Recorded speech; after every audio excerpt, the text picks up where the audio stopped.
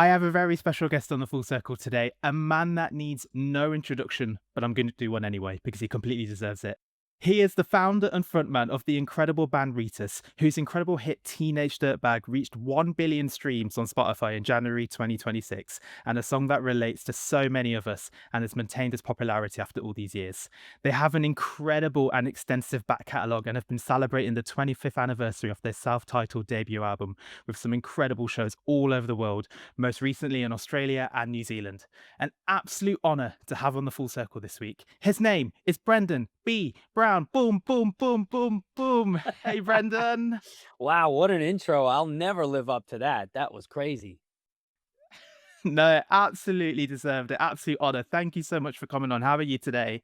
I'm good. I'm well, I should say, seeing as we're talking to English people.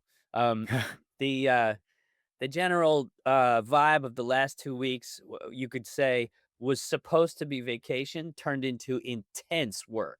So it's the short story is that something came up that had needed to be recorded, and I've just been absolutely chugging away at this keg of song and trying to get it finished properly by tonight. Actually, I should say. Oh wow. Oh wow. Can you give any more, or is it a Nope, surprise? nope, can't say another word. Fair enough. Okay, Brendan. You are going to take part in the Full Circle, so you are going to choose songs. I think we're gonna make them up as we go along, aren't we? Sure, yeah, absolutely. Yeah. And I'm also going to get you to take part in some Would You Rather. And I have got a quiz specifically for you if we've got time.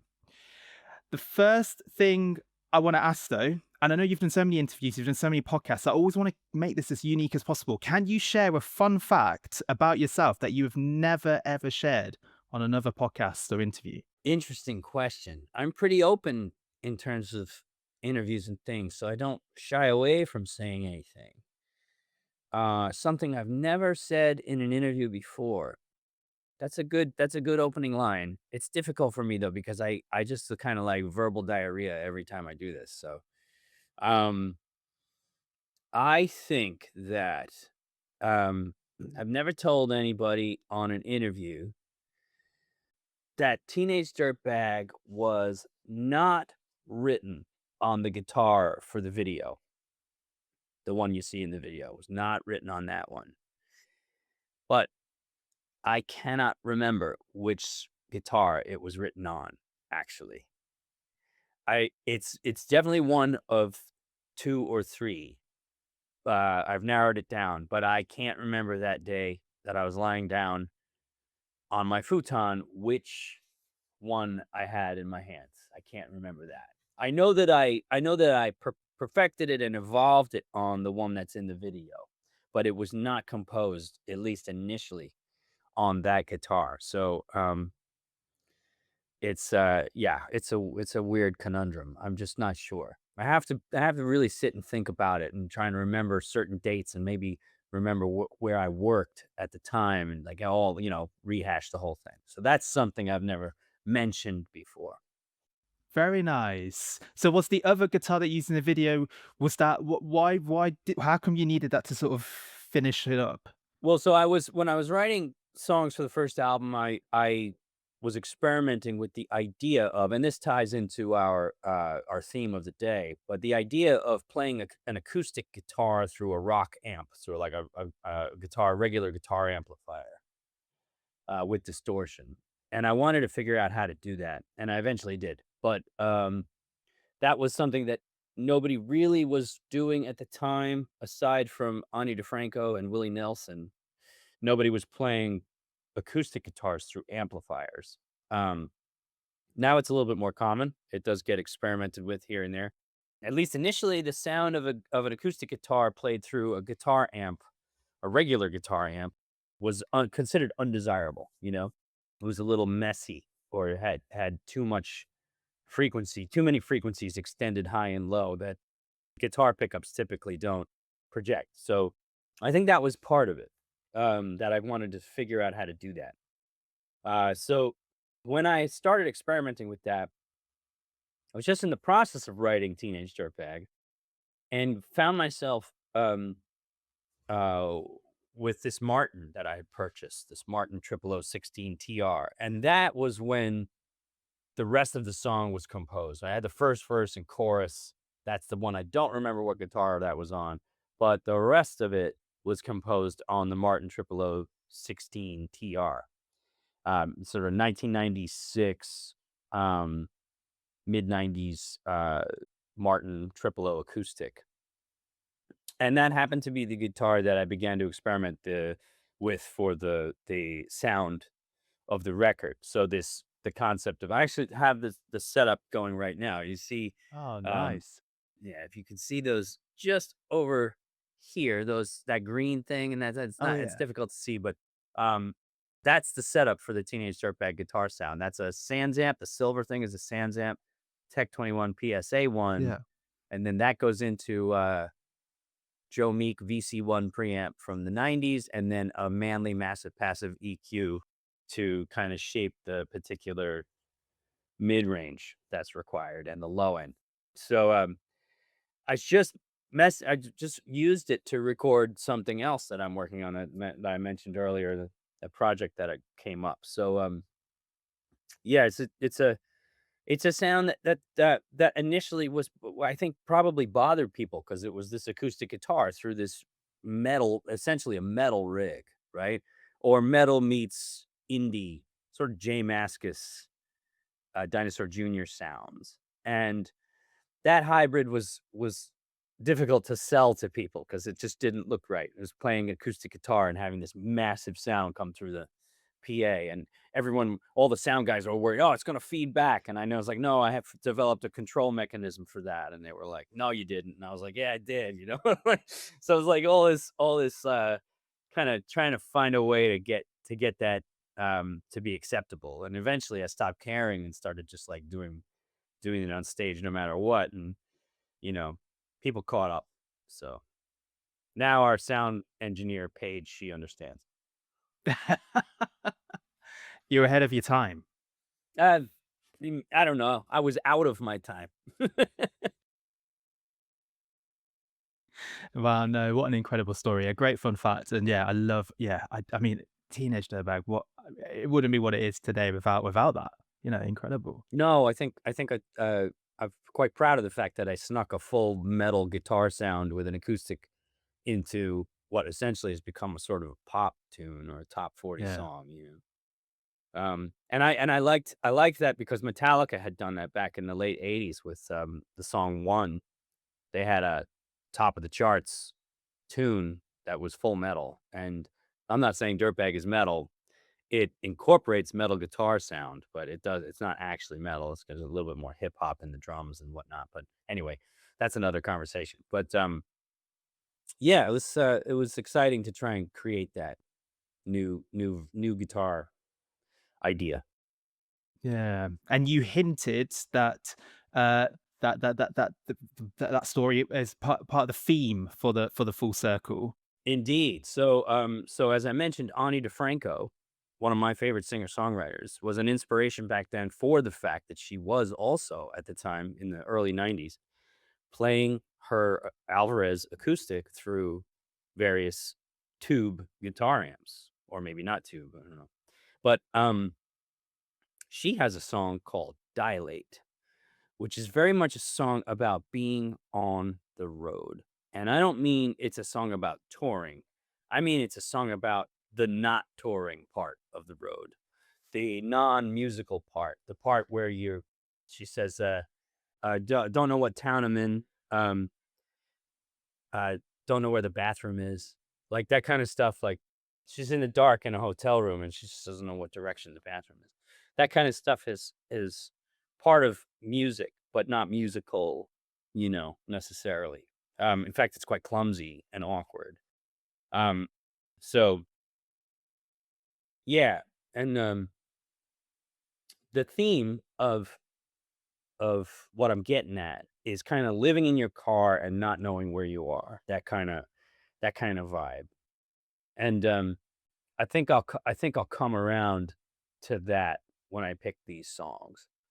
Um, so I think the theme is going to be if you're living in your car and you have to, which I have twice, in 2 different decades, um, you come to a place where you begin to feel almost a little proud about it because you know you can survive that way if you need to.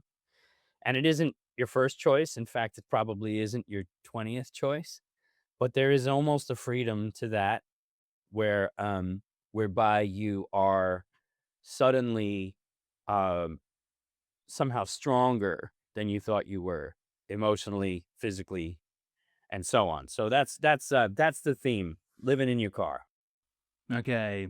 toughing it And out. what are we saying is the first song then for the full circle? I would say Ani DeFranco's "Dilate" is definitely the first song, the introduction to that moment of having to tough that out like that. Excellent, excellent. Andy DeFranco, Dilate, the first song on the full circle. And I can see that your hair is growing back. Oh, yeah, I shaved it at Wembley, yeah, it's kind I think I got about an inch and a half, maybe 2 inches or so. I don't know. It's getting there. Feels a little bit like a crew cut or something right now. So was that planned? I mean, how did that come about? I know it's for the Upward Mental Foundation. Yeah, Jarrett and I we talked about that show for a whole year, and he's the man with the vision. He understood that it was gonna be the biggest show of their career, and I don't know if you've ever met him or talked to him before, but that guy is basically Johnny Carson. He is an entertainer. He is an entertainer in his DNA, in his molecular design. Subatomically, Jarrett Reddick is an entertainer, and I swear to God, like that guy could, if the PA died and the lights went out, he could entertain people with no microphone for 2 hours and just be that guy because he feels a responsibility to his audience in a way that is really an example to follow, you know?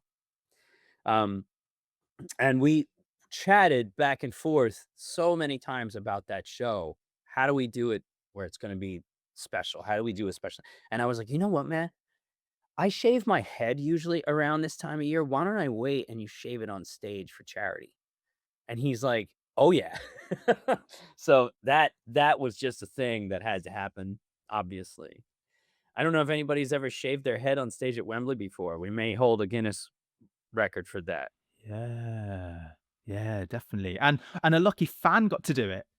Yes, a fan came up, a lovely fan came up and did a wonderful job, uh, right down to the skin on, just getting my hair chopped, and it was a great experience. It was really wonderful, and the other thing is I had to take my glasses off for it, and that wasn't something I had thought about, of obviously, stupid move on my part, but, um you can't shave your head properly with your glasses on. So suddenly I'm up there on stage for the first time with no glasses on, and I couldn't see a thing. So so it was one of those like novel experience for me as well, in more ways than one. So yeah, it was really cool evening. Um, just a big extravaganza of entertainment and wonderfulness for care of Jarrett Reddick and the boys in Bowling Pursuit, Gary and Rob. It was just so cool. That's amazing. Were you a little apprehensive of someone maybe bringing, like some razors, the shears No, we and had discussed what was gonna happen. We were gonna use a really, well-oiled, sort of well-kept, buzzer. I mean, we weren't gonna leave anything to chance, so it worked out. no, that's fair. No, and I can see it. I can see it's growing back very nicely, as you say. And you let it grow out quite a bit, don't you, normally? I never ever stylize or shape my hair in any way. So this'll grow out for a year and a half, and then I'll wake up with it in my mouth one morning and be like, "This," and I have to shave it off. Sorry, I cussed. Be like, "Screw this," and I'll shave it off, and that'll be the start of a new era. Fair. Okay, so 1.5 years. So yeah, so maybe you'll be shaving your head at an even bigger venue. Fingers Yeah, and crossed. it's important to note I haven't paid for a haircut since I was maybe 18, 17, something like that. Nice, because you do this all the time. You get other people Oh, to always. just Yeah, I never have a proper haircut. I always do it myself. It was interesting to have somebody else take care of it because they were a little bit more attentive. Yeah. than I would be. And the other thing I want to talk about, I mean, incredible. I mean, he's well adored in the UK, but you've had a few instances now of Ed Sheeran. Oh yeah, he's a friend. Yeah, he's a pal. He reached out to me in 2014, and we were getting ready to do something really cool. And he goes, "Mate, I have to cancel. I have Peter Jackson just asked me to come down to New Zealand and do the soundtrack for The Hobbit." And I was like, "Is that all?" You know, I mean, like, super, like, that's the coolest. Like, what are you kidding me? Like, of course, get down there, man. And then we didn't speak for, 11 years. And he reached out to me in the summer of 2025 and picked up right where he left off. He said, "You want to come do Dirtbag in Germany?" And I was like, "Hell yeah," you know? And we kind of hit it off and had a good chat. And then we set up the Christmas show in New York, and we did all those songs and got it all organized and sorted it out. And had a wonderful time doing that Christmas show. That was the week after, Wembley. That was Yeah, 4 days after Wembley, we did Ed Sheeran's Christmas show. That was crazy. incredible. The travel involved in that was, man, I almost died. So, and then, recently I was in, Australia around the same time he was, so he pulled me up for, an Irish traditional uh, rendition of, Teenage Dirtbag in the stadium in front of, 55,000 people, whatever he plays. It was really fun, really fun. I love that guy. You wouldn't assume that somebody who's made it that far for so long doesn't have any safety net during his performance, but he does not. He's raw dogging those shows with no tracks, no backup. There's nobody playing he's not lip syncing anything. It's just him with his guitar most of the time alone, entertaining, tens of thousands of people. Um, I've never seen anything like that. I have to be honest. It's sort of almost like pushing on Prince level, you know, which is brings up another one of my songs. Oh, okay, let's hear it. What's the second song for Yes. the full So circle? Purple Rain has to be the next one. Purple Rain is a lament. Is truly a sad tune about the end of a relationship, giving up. And Prince finds this transcendent moment in the tragedy with the melody, in particular at the end when he does the falsettos up high. And the composition is otherwise sort of samey, right? It never does anything. It's just over and over again those same chords. And that's what teaches you this vital lesson that Prince knew that none of us knew, right? You don't need movements. You need true emotion. You need the real stuff, right? You need the real emotion to make something work.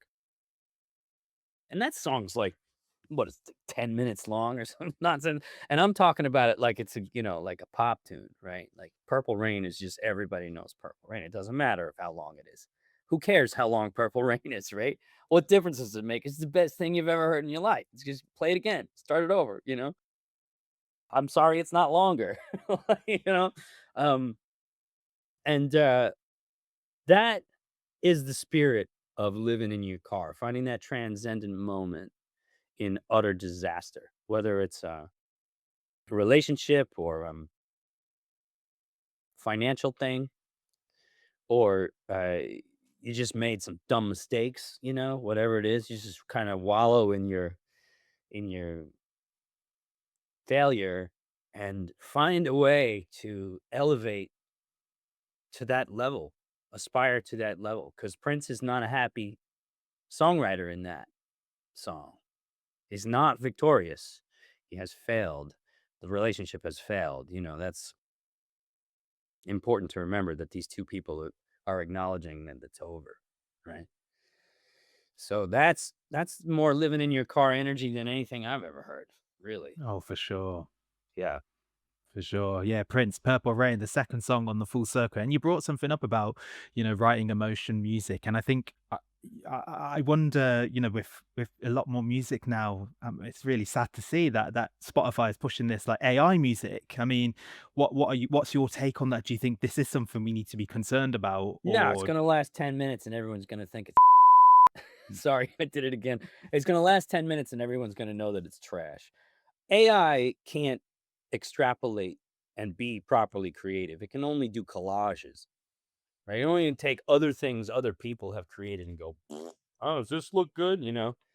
Who cares if somebody has five noses and three fingers? And, I mean, it's, and music that they do that in the music version of it too. And you can tell, can't you tell when you're looking at something AI? You know, it's bad. It's bad for two reasons. Either it's too perfect, right? And it can't be. It's like nothing. No humans don't do things like that. Or it's really mangled up because computers don't have uh they don't have any isotopic memory. Human beings do. The isotopes in your bloodstream and that make up your DNA uh assemble into the parts that they need to make you happen faster and with a memory if they've been through the life cycle before, right? So there isn't this factor in computers. They don't have that. The isotopic memory is not present. You can look up a guy named Lee Cronin for the rest of this information. Dr. Lee Cronin's figured it out. So I think executives and studios and record companies will spend maybe 15 years trying to make it stick and it won't. And then, Yeah. but in the meantime, the live touring industry is going to go through the roof because AI doesn't tour, So, I mean, they'll try to make AI tour, but no one's going to be like, oh, yeah, this is really cool. Unless there's a human behind it. And that would be an interesting experiment is to pretend that something is AI and have it be orchestrated by a Svengali human behind the scenes. That would be interesting. Oh, it would be, but will people feel a bit duped by that? I don't know. I would feel like I got more than my money's worth if that was happening. I don't know, Yeah. because AI sucks. So, and it's not going to not suck, so whatever. No, that's completely fair. Right, I want to ask you some would you rather questions. Sure. Would you rather perform Teenage Dirtbag at the start, middle, and end of every show or never play it again? Start, middle, and end. I wouldn't even think twice about that. We've played Teenage Dirtbag 3 times in a show before, right? Um, we love that song. Wheatus is not the band that doesn't like their hit. That's some other band. Yeah, I'm not We going to we name. love Teenage Dirtbag. We're very proud of it, and we're gonna keep playing it. The idea of no, I think there was one show where we didn't play it because it was this terrible mess of a show where it was dangerous and I was angry at the promoter sometime in the dark days of 2007 or so, and, I think we didn't play Teenage Dirtbag that night, but there was only 2 people there, and I felt like we had worked too hard for what we were doing at that point to actually do that to that song, play it that way, angry, play it angry, and it was me, I was angry, so I think that's only one time we did not play Teenage Dirtbag, one time. So, yeah. But that's out of, I don't know, thousands of gigs at this point, I don't even Yeah. know. No, I just didn't know if I know you said you've played it 3 times on shows before, but I didn't know if doing that regularly would eventually get bored of it, but it sounds like you wouldn't. No, it's not a tune you get bored of. It's, the audience needs it to be delivered in a certain way, and, that requires patience and hard work. You have to focus and rehearse that song. It doesn't just stay fresh. You gotta really work because it's a difficult song to play, right? It's a tricky we beat science that drum part and that bass line and the hi-hat sounds and the swing of everything for 3 years before I ever really got the guitar sounds right. So it's a very tricky performance. You can't sit on your butt and deliver Teenage Dirtbag. You really gotta step into it. It's a hard song to play. Yeah, no, I bet. Okay, would you rather remake your debut album in hip hop form or smooth jazz form? Why don't we do both and have Q-Tep produce it? I mean, you know? Tribe already did that. And Tribe Called Quest and, you know, I would do anything they said. If Q-Tip came up and wanted to produce that. Um, that idea that you just mentioned, I would just say, yeah, when, where, what do you want me to do? How high, you know? Yeah, Yeah, that'd be cool. Maybe then. yeah. Okay, last one. Would you rather listen to one song forever or listen to any song but once only? One song forever. Oh, okay. Why? How Because if come? I listened to something, do I get to pick the song? Yeah, but that's it. Okay, Never again. okay. You can't change it. So if I well, first of all, that song would be Purple Rain. But second, if Okay. I had to pick something, if I heard a song and even if it wasn't that one that I picked, and then I wasn't allowed to listen to it again and I really liked it, I would be very upset. However, I have never gotten bored of certain songs. Nothing has ever been overplayed for me on the Prince tip, on the AC/DC tip, on the Rush tip, on the Ani DeFranco tip, the Willie Nelson tip. There's certain artists who I'm not tired of, you know? Um, I'm not tired of Run DMC. No, I'm not. Like, play it again. Like, Christmas in Hollis. Yeah, absolutely. And I just feel like I would rather hit that button over and over again than be stuck with only hearing things once, especially if I then really like it, then I can't listen again because the listening again is where you start to figure out what they did on the recording, how it works, why it's affecting you that way, all those questions. And that's my interest in music. So it's a double-edged sword. You kind of screwing yourself up either way, but I would say the same song over and over again. Fair. And that would be Prince Purple Rain. Yeah, Okay. yeah. No, interesting. Yeah, I can see that. I Or think Human Nature by Michael Jackson. One of those two. Yeah. fair. No, I can see both sides. I would you're right. The feeling of listening to a song once only would be quite difficult. But I just know that if I did have a song and I listened to it, I'd be like, oh no. It's one of those where it's like if you can't have it, then you want that sort of thing. So my Yep. concern would be, oh, after listening to that so many times, I want to listen to other things. So I Mhm. think I would take the hit and just go for one time only personally. Oh, I but it's hear that. tough. 100%, yeah. What's the third song that you've chosen for the full circle? The 3rd song is gonna be an AC/DC track called "Ride On." "Ride On" is a sort of a gentle blues song that they did, but it's not a blues in the classical sense of the dun dun dun dun dun dun dun dun. It's not like that. It's just some interesting open chords, and he's basically singing about being on the road and being stuck in his car and being sort of homeless. And that to me is, you know, when he gets to the chorus, he says, "I know I got one thing I gotta do. I'm gonna ride on." This is a sentiment that's rather common, but nobody's ever dropped it like Bon Scott on that record. That record, the way he sings that, the sort of melancholy and the gentle, almost balladeer nature of it. Um, that song is undefinable because that band doesn't really have songs like Ride On, and yet that song is is an iconic version of what that type of music is, which is not the typical type of music AC/DC makes. Much more up tempo, as you know, much more rock and roll. So it's a unique moment for them. It's out of their comfort zone and generally, and it is the shining star of that kind of a blues road, survival tune. The third song, AC/DC, Ride On the full circle. Right, I've got a little quiz for you, Mhm. and it's called it's such a sorry, I couldn't think of any witty name. It's just called Wheatus or Not. Uh, That is kind of weedy. so to make it a bit easier, I have divided it into out to lines from each album we've done over the years. Mhm. Um, and I there is like a loose connection with the one that isn't your lyric line. Okay. Okay, so this is taken. So this is from the Valentine LP era. Okay, cool. So, okay. So the first one is so the first line, they call you little chicken nugget, carrot soft grunge fangirl.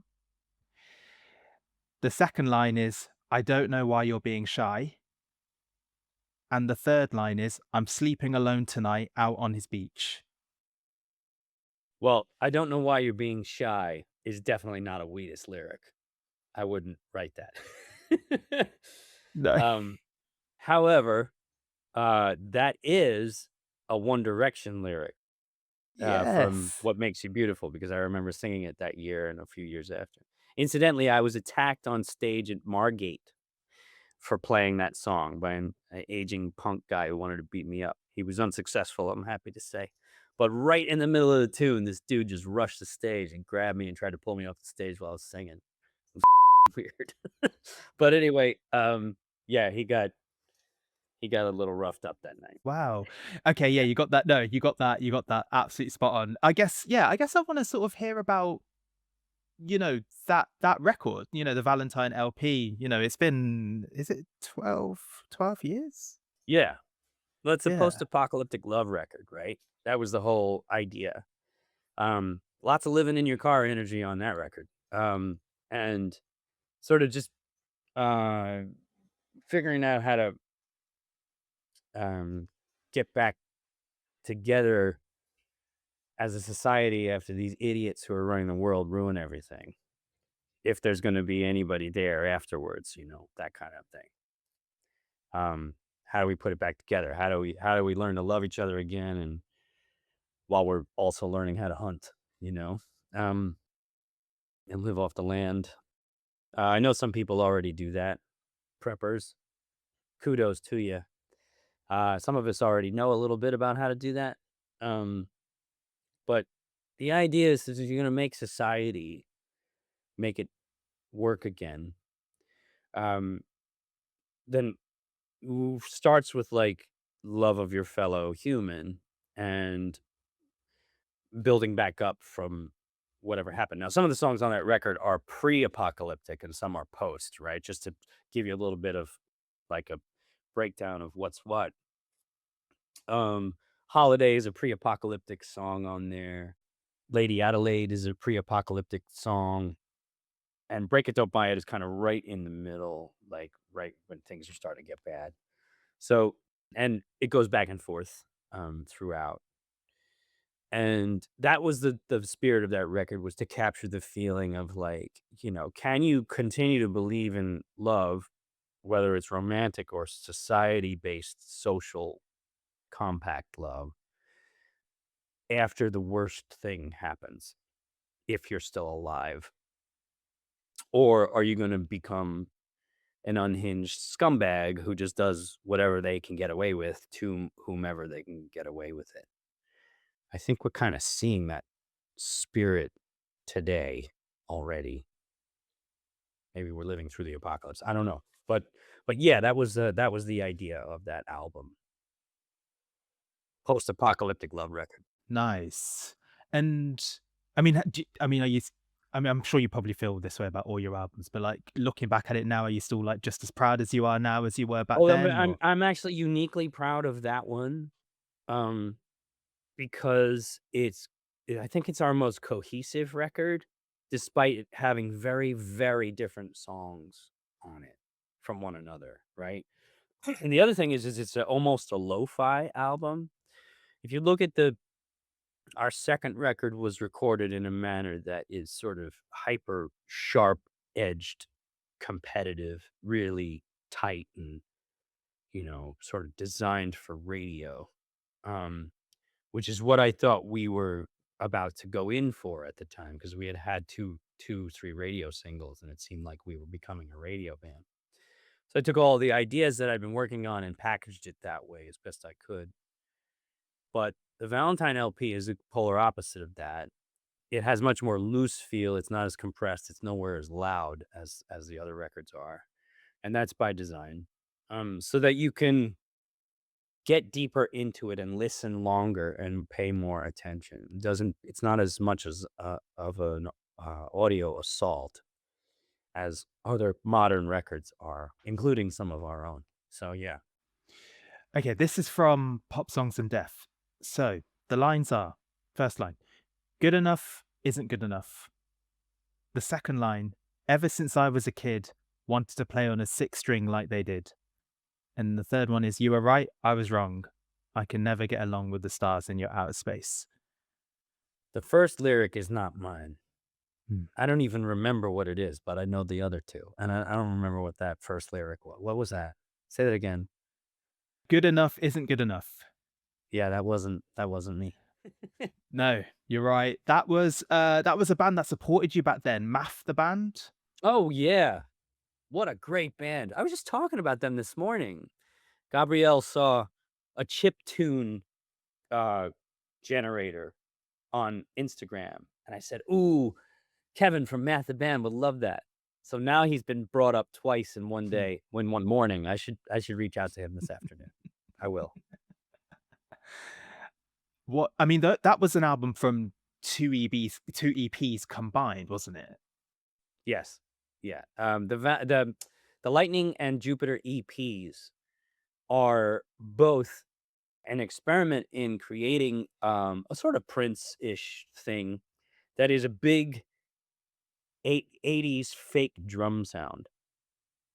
So drum sounds on that record are fake on purpose, and the rest of it was this experiment to see if other dark elements could coexist with that, because those pop records from the 80s are rather bright and shiny. When I wanted the Jupiter and Lightning EPs to be sort of brooding with that drum sound and a little bit meandering and shapeless to some degree. So less organization of arrangement, more jamming, and more kind of deep dive into the bottomless abyss of dark reverb.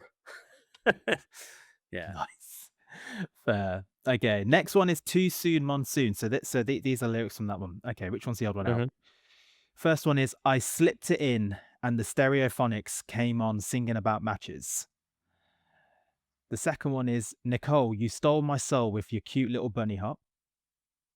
And then the third one is, only takes one tree to make 1,000 matches. So the third one is my one of my heroes, Kelly Jones from the Stereophonics, and the first two are me singing about the Stereophonics and Nicole Kidman in the movie BMX Bandits. So it's me. You clever trickery you tried on me there. It's not gonna work. But yeah, A Thousand Trees is one of my favorite songs. That whole record. As a matter of fact, I think Kelly Jones is one of the finest UK songwriters and is definitely my favorite Welsh artist. The dude just knows how to put together a rock track that just kills, and it doesn't even have to be rock. Can be anything. He can write in a sort of soulful R&B tonality, and it still works. He's a killer. He's a killer. He's one of the real ones. Yeah, he's so good. Yeah, I think Stereophonics are a great band. No, Mm. incredible. How do what's your take on Too Soon Monsoon? Oh, that's a real transitional record for us in a very positive way. After making the second album, which I described as being sort of oriented toward pop radio with the sort of sharp edges and hard hitting vibe, um, it wasn't recorded live. It was recorded in parts, drum part, bass part, perfecting each little element one at a time in a linear recording manner. So one before the other. Drummer comes in for a week, bass player comes in the next week, and so on. For Too Soon, we decided to make it all in the same room, standing there together, and learn how to play the music. Too Soon Monsoon is the record that turned us into a proper live band because we did 257 takes of each song. Like, yeah, and recorded them all. So we and the comps, which is the versions of the songs that were put together from those sessions, were inevitably only 3 or 4 takes worked together. So we would always get to this point where we were feeling it sort of somewhere between 75% and 95% to the point where we couldn't do it anymore. That last little stretch was always the one that yielded always the bracket that yielded the best takes. And so we figured out, trying to make a record by playing together all at the same time, that you didn't really get to that point until you've been playing for a while. So Tucson Monsoon took over a year to record, just to record it. Um, and that year was like 2004 to 2005, like somewhere in between those 2 years. So yeah, it was a that record was gnarly, absolutely gnarly. Um, and intense, extremely intense recording. We burned those songs. We burned them into our minds. And that as a result is the record as easiest for me to remember. I can play those songs without thinking twice about it, all of them. They're just easy to get back to. In fact, I was in on stage in Dublin a few months ago at the beginning of the 25th anniversary tour, and somebody called out This Island, which is on the B-side of Too Soon Monsoon. I hadn't played that song for years, not for 6, maybe 7 years. I haven't done that one, and I walked over to the front of the stage and played it by myself acoustic, and I absolutely nailed it. No, perfect, flawless. I don't know where that energy came from because you usually do make a few mistakes if you haven't played that long, but, I didn't. So it's probably Wow. because I played it 7,000 times when we were recording it, you know? It's in there somewhere. Oh, wow. Hopefully that's on YouTube. Hopefully someone filmed that. So I'd love to see that. Probably, yeah. Let's hear what the fourth song is then that you've chosen for the full circle. Then we'll continue this quiz. Right, so the 4th song since we're in the car with for Ride On, is a song by Martin Sexton called "The Beast in Me." Um, it's about driving in and out of Los Angeles with your little red rental, right? Because 'Cause you're on the road, and it has all of it sort of emerges from the darker stories of living in your car and goes into sort of the more positive territory of what that can be like. Um At one point, he says, "Life in this car out on the road can be so easy." You know, he's just got this sort of really like gentle delivery, and his voice is so killer. And it's a funky sort of hip hop beat that he's got on a MPC 2000 or some such kind of beatbox from back in the day. And it's just him. You can see it's almost like you can see him composing it in the car. The visual is so strong and so perfect. And his description of Los Angeles is one of probably the most accurate description of Los Angeles I've ever heard in a song, without a doubt. That's how I see that city, w as a transient, as somebody passing through, right? Um, yeah, just check out that song, "Beast in Me" by Martin Sexton. Nice. Fourth song on the full circle. Right, let's finish this quiz up. Now I'm just gonna call it Hand Over Your Loved Ones. I'm not gonna call it the alternative. Okay. 'Cause otherwise I'm gonna Yeah, get that's it the the wrong way proper name around. for it. The proper name for it is "Hand Over Your Loved Ones." Yeah, Sure, that yeah, makes yeah, sense. yeah. Okay, first one. It's only been an hour, but I think I feel the power. Second one is I wanna be 80 on the porch. And the third one is I gotta think twice before I give my heart away.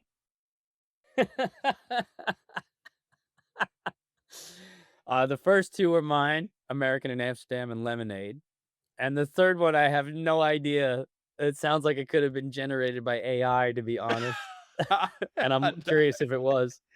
No, no, no. It was another artist who maybe at that time didn't have the fondest memories of Sony, George Michael. Oh, wow. Actually, George Michael was on, see, that puts it in context. George Michael was on Columbia Records, on Sony, when we were there, or he had recently left the label because of some homophobic incident with the label management, as I understand it. Um, yeah, him. He's a genius, forever genius. I'm very sad that he's not around anymore. He's the only person who could sing Freddie properly. And do yourself a favor and watch his "Somebody to Love" at I think it's at Live Aid in I think it's probably right after Freddie passed, maybe early 90s, 93 maybe. But George Michael, oh man, there is no other. So good. Yeah. Such a genius.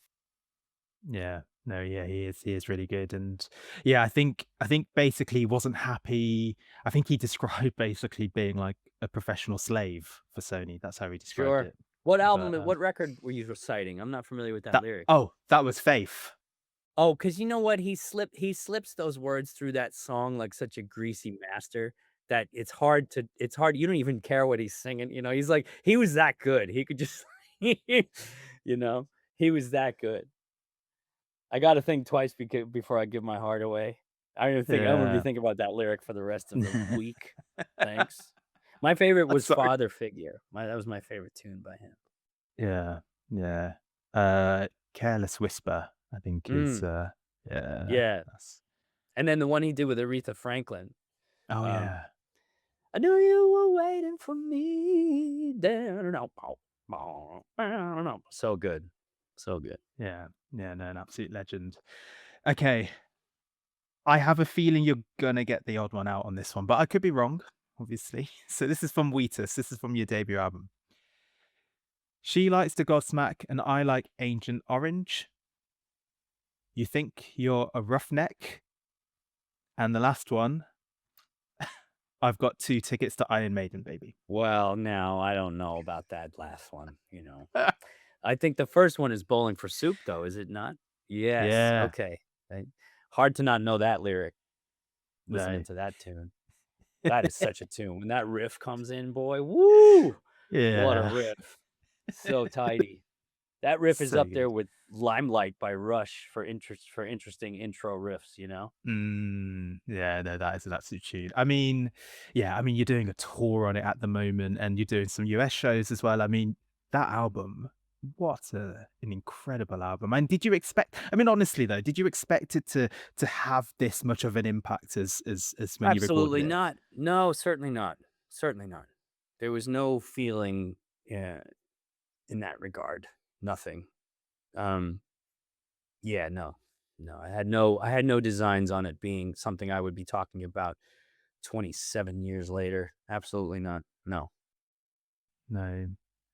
I mean, obviously you talk about your love for Teenage Dirtbag, but have you got is that your personal favorite from it, or have you what's From your that faves from first it? album, Yeah, I think probably Sunshine and Love Is a Mutt from Hell are my two sort of go-to songs on that record for stuff that I'm particularly proud of. I also mixed "Wanna Be Gangster" myself, the version that's on the album, so that's nice. another point of sort of, yeah, I'm digging on that. And the B-side, "I'd Never Write a Song About You" is pretty fun. Mm. Oh, it's just a class album, and yeah, we spoke about it. 1 billion streams on Spotify now for Teenage Crazy, Dirtbag. crazy, I don't even get my head around it. I talked to Chris Carrabba about it from Dashboard Confessional just a little bit on text the other day, because I was listening to his music, and, he's funny, he's a good friend. He's got an interesting way of very gently reminding you to keep your feet on the ground in a loving manner, and he's a good guy to talk to if something like that happens. Some crazy thing that you didn't expect, yeah. What would Chris Wow. Carrabba do? No, thanks so much for playing that game. And I guess, I mean, it's been a little while since you've released an album. Yes. Well, we did release the 20-song Yeah, 2020 edition of our first record. Of course, pandemic held that all up, so it was instead of being in 2020, it was 2023 or whatever, whenever it came out. But, we are this year beginning to record 3 albums. One is an acoustic record, which will be out at the end of the year. The other is a covers record, songs that we've been wanting to do forever and ever. And the other one is a brand new original record with all original songs on it that I've been working on for since 2015 or so. So, yeah, there's lots of songs on that. We got to get them all done and recorded, and that's happening all year. So, oh, that's super exciting. yeah, Ah, that I think that's the news a lot of Wheatus fans were probably hoping to hear. very excited about that. Nice. Excellent stuff. Right, we are getting close to the end. What's the last song that you've chosen to the full circle? The last song since we arrived in Los Angeles with our friend Martin Sexton, then we have to choose an iconic Los Angeles band to close this out. And there's only one, in my opinion. It's not Motley Crue, and it's not Van Halen, and it's not any of that stuff. It's a band called Fishbone. Because Fishbone are survivors. Those guys know how to do it the real way. Do yourself a favor and look up their performance of this song on Saturday Night Live in, I think, 1992 or so. The song is called Sunless Saturday. And it's sort of, I don't know if you're familiar with A Raisin in the Sun, The Dream Deferred. Um, those are things to reference in this because this is a modern telling of the failure of society um, uh, regarding its responsibility to its poorest citizens in the inner cities and how to survive that. And at this point, I'm not even talking about living in a car. I'm talking about surviving the streets. Um, Sunless Saturday is the iconic survivor song, in my opinion.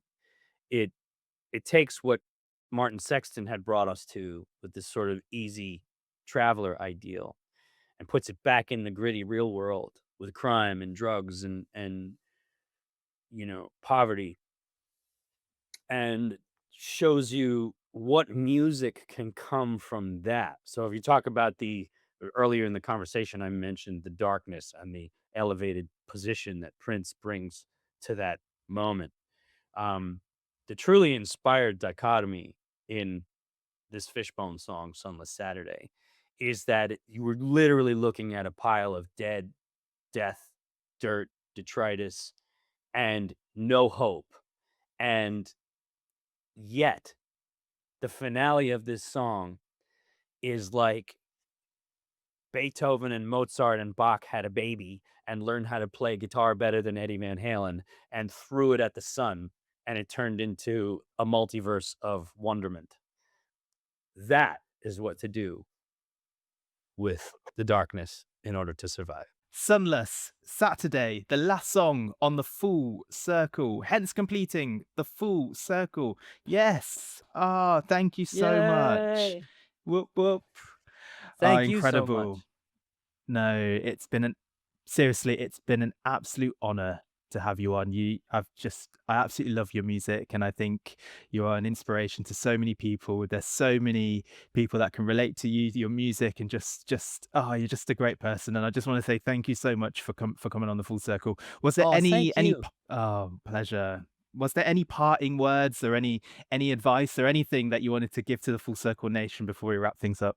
Just come and visit us on TikTok and Twitter and if you can stomach it, and Instagram, and know that we're talking to people on there, and I'm regularly finding wonderful artists on TikTok. It's a wonderful place to find new music, and we just love everybody who's supported us and people who are discovering us, and just exceptionally grateful for this novel experience of being um, asked to continue to play music at this late an age for us. It's really wonderful, um, all these years later, to be able to call yourself a professional musician and tour the world and get invited to do wonderful things. So we're very grateful. Watch out for the 3 records coming this year, and there's also a documentary about us that's gonna come out sooner or later, but I'm not sure when.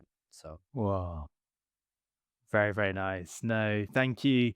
Thank you so much, Brendan. I wish you all the best. Yeah. Take care. okay, take care. Thank you so much. Thank you.